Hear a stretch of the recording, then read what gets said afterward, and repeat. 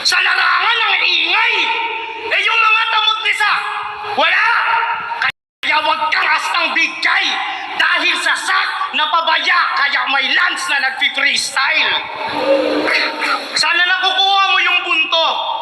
Masyado kang pabaya. Hindi porket okay lang sa mga tao, ayos lang pakita sa madla. Halos ipagsigawan mong bawat battle na nagbabato ako.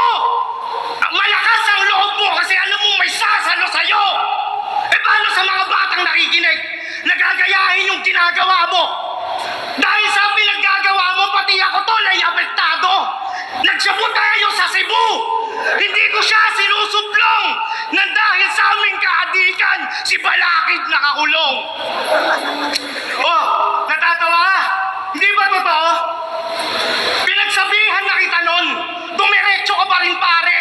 Habang ako nagbabago, ayoko nang bumalik sa dati.